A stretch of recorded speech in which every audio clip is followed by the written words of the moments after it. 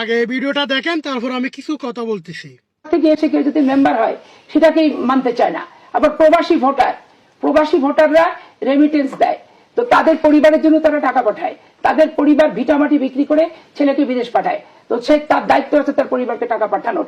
তার জন্য বাংলাদেশের রাজনীতিতে অংশ দিতে হবে, ভোটার বানাতে হবে। কে বলছে? বাংলাদেশের সুখ দুঃখ একটা নিরাপদ জায়গা থেকে তারা প্রতিবাদ করে।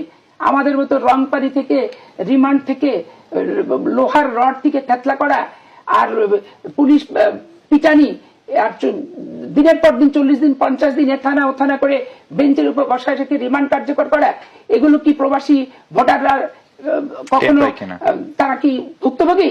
তো ভুক্তভোগী না তো ভোটার ভুক্তভোগী হতে যাবে কেন? ভোটার অংশগ্রহণ হতে যাবে কেন? এগুলো মাঠ থেকে কি সুপারিশ আসে এইটা আগে বুঝতে হবে।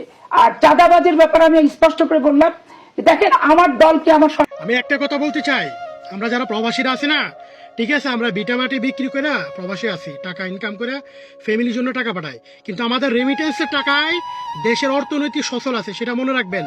আমাদের রেমিটেন্সের টাকায় আপনাদের টাকা হয়, আপনার যে এমপি হন না, মন্ত্রী হন না, আপনাদের বেতন হয়।